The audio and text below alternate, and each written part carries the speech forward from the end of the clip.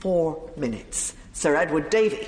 Thank you, Madam Deputy Speaker. Can I refer the House to my entry in the Register, particularly with respect to solar power and community energy renewables? Madam Deputy Speaker, when I was Secretary of State and having to deal with these issues, there were people in the coalition who thought that shale gas was the answer to everything, that would reduce energy prices, and were extremely keen to push it forward. I was not one of those. I was helped in my far more cautious approach by colleagues like the Honourable Gentleman for Fylde and others on the Conservative benches who realised we had to be extremely cautious about the environmental issues and also the local planning issues. And one of the reasons why I am very proud of my honourable friend, the member for Bath, for calling this debate is I am concerned that what was agreed in the coalition with respect to being very strong on local democracy and very strong on risks like seismicity, those controls are in danger of being taken away. And I was very concerned that this relatively new industry had to be safely regulated, both for the environment and to take account of local issues.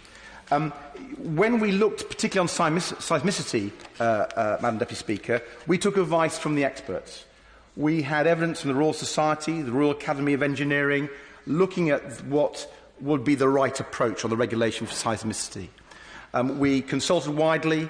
The report that they gave to me, I published and asked people's opinions on, so we took a cautious approach even about the evidence. And I came to the view and accepted the recommendation that the traffic light system was the way to go, that we needed a precautionary approach, not least because the geologists and experts were telling us that even a small seismic event underground could damage the casing of the wells, the boreholes, of the fracs. And so I accepted we needed to be very cautious. It was important to give that reassurance to the public, and we decided that we would go ahead, but only on that explicitly cautious basis. In the ministerial statement I gave in December 2012, setting out that cautious regulatory regime, I did say that in due course, maybe that could be looked at again. But for the benefit of the House, let me be really clear on what we were saying at that time. We wanted a significant amount of evidence. It had to be evidence-based. And so far, we've had very few fracking experiences in this country. Very few. So we do not have anywhere near the number of data points and evidence that we could possibly, that we would need to possibly allow anything to go further forward. Just quickly on that point, would he agree with me that it's very interesting to compare the government's planning approach to fracking and to the planning approach that they take on renewable energy? Well, my honourable friend makes a very good point. If the government proceed in this way of allowing permitted development, it will be in sharp contrast to their planning approaches with onshore wind.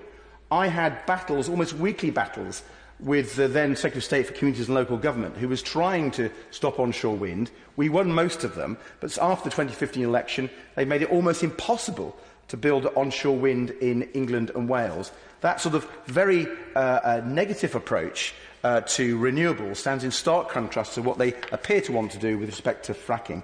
And I would bring that to the House's attention, because I think it's completely the wrong priorities, not least because of the climate change crisis. If anything, I have got more sceptical about fracking over the years, because the evidence, particularly after Paris, is that we need to be even more rigorous in reducing our fossil fuel usage. Now we've gone from the 2-degree target to a 1.5-degree target. We have got to push the renewable agenda further forward. And I would say to the Minister, when we were thinking about shale gas, we were thinking about making sure it was linked to technologies like carbon capture and storage, which frankly are now in abeyance. And without CCS, there's much less argument for frack gas. Moreover, technology for renewables has increased dramatically, improved dramatically. Prices have come down much further. We've seen storage technology come on. We're not going to need the gas that people thought we were going to need just a few years ago. So, Madam Deputy Speaker, I think the relaxation of regulations, whether on seismicity or on planning, is completely unjustified. And I hope this House will send a very clear message to the ministers. But I would go even further.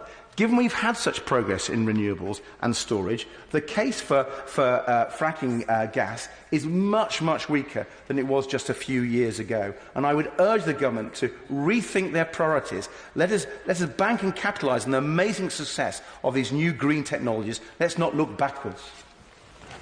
TP. Thank you very much, Madam Deputy Speaker.